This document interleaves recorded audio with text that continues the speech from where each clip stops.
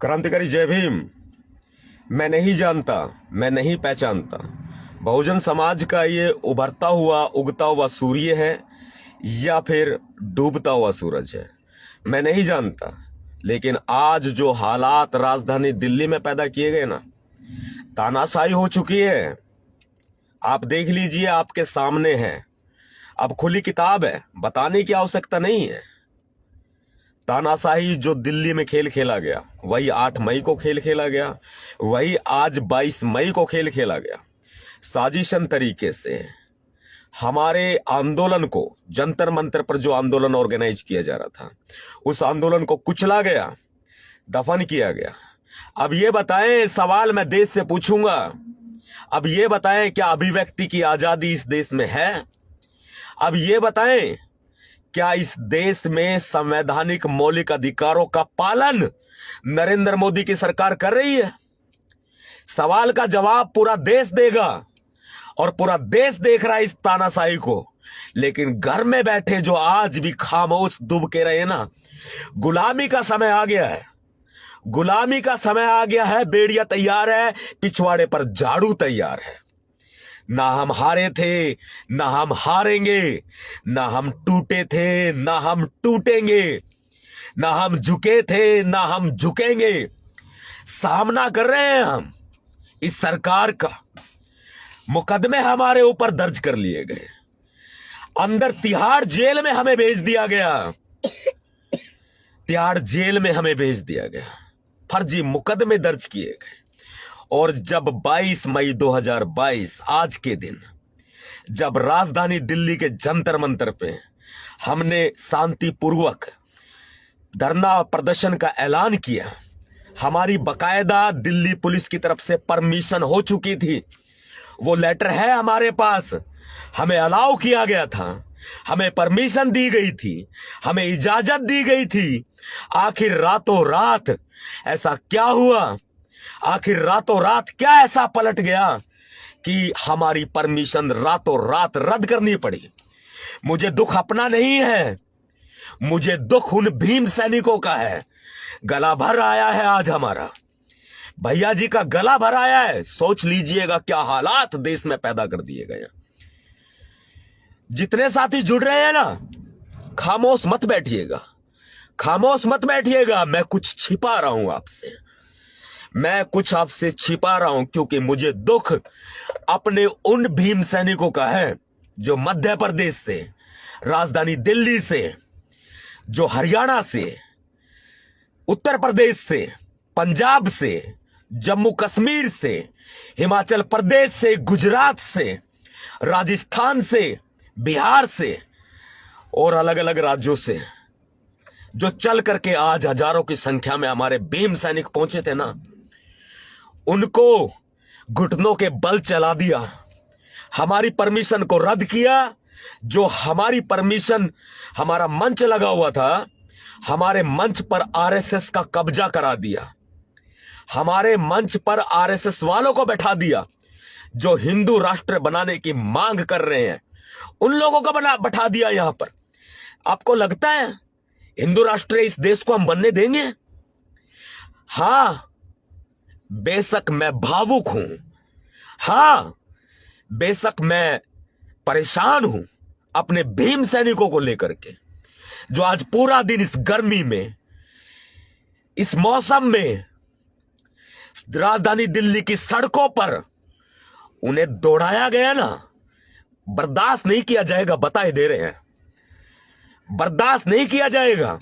हम कुछ छिपा रहे हैं आपसे, हमने दौड़ना सीखा है, हमने आवाज उठाना सीखा है, हमने बोलना सीखा है। बाबा साहब अंबेडकर जी ने सिखाया है हमें। लेकिन आज जो हमारे साथ किया जा रहा है ना, वो बहुत गलत है। 8 मई 2022 की सुबह सुबह बाबा साहब अंबेडकर जी की प्रतिमा, जो हमारे महापुरुष हैं, बाबा साहब अंबेडकर जी की प्रतिमा, जो हमारे महापुरुष हैं, जो संविधान निर्माता है इस देश के, उनकी प्रतिमा को तोड़ दिया जाता है। बाबा साहब अंबेडकर जी के पार्क को नेस्तानाबूद कर दिया जाता है। हम लड़ाई लड़ते हैं, हमें जेल में डाल दिया जाता है। अरे भाई, शेयर करने की आवश्यकता पड़ेगी, आप करेंगे। भावुक जरूर है, लेकिन भैया जी नवाब सतपाल तंवर टूटे नहीं है, हारे नहीं है, झुके नहीं है, लड़ेंगे। अब ये देखते हैं इस जंग के मैदान में कौन कौन आते हैं। हमारी बसें रोक ली गई जगह जगह पर, गाजियाबाद बॉर्डर पर, दिल्ली बॉर्डर पर, गुड़गांव बॉर्डर पर, पूरे दिल्ली पर जैसे इमरजेंसी लागू हो गई हो। ये अघोषित इमरजेंसी नहीं तो क्या है? सवाल का जवाब दे नरेंद्र मोदी की सरकार, सवाल का जवाब दे। मैं जब तलवार और बंदूक लेकर के चलता था ना, जब मुझे इतनी समस्या नहीं आई। जब हम तलवार और बंदूक लेकर के चलते थे तब हमें इतनी समस्या नहीं आई।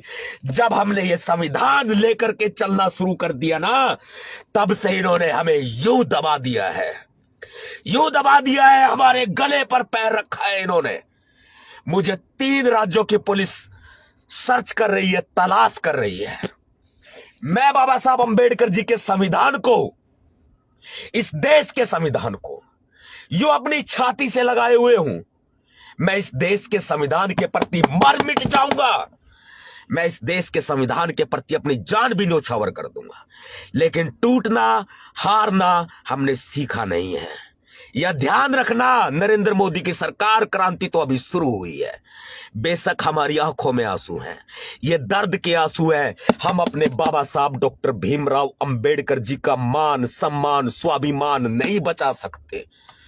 हमें अधिकार नहीं है, हमें अधिकार नहीं है जो हम बाबा साहब अंबेडकर जी के इस संविधान की हम पालना नहीं कर सकते, हम संविधान की रक्षा नहीं कर सकते, हम बाबा साहब अंबेडकर जी की प्रतिमा की रक्षा नहीं कर सकते, उनके उसूलों की रक्षा नहीं कर सकते, हम उनके मौलिक अधिकारों की रक्षा नहीं कर सकते। लानत है हमारे ऊपर, बताई दे रहे हैं हम आपको।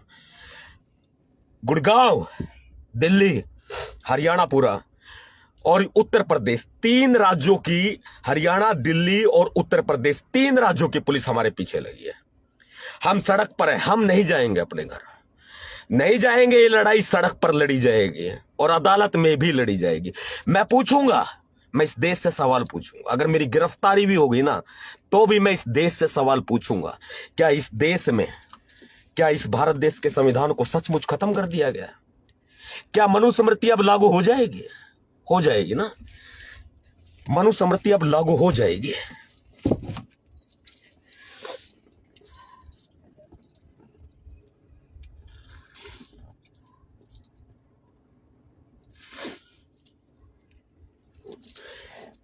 माफी चाहते हैं, हम ना झुके थे, ना झुकेंगे, ना टूटे हैं, ना टूटेंगे।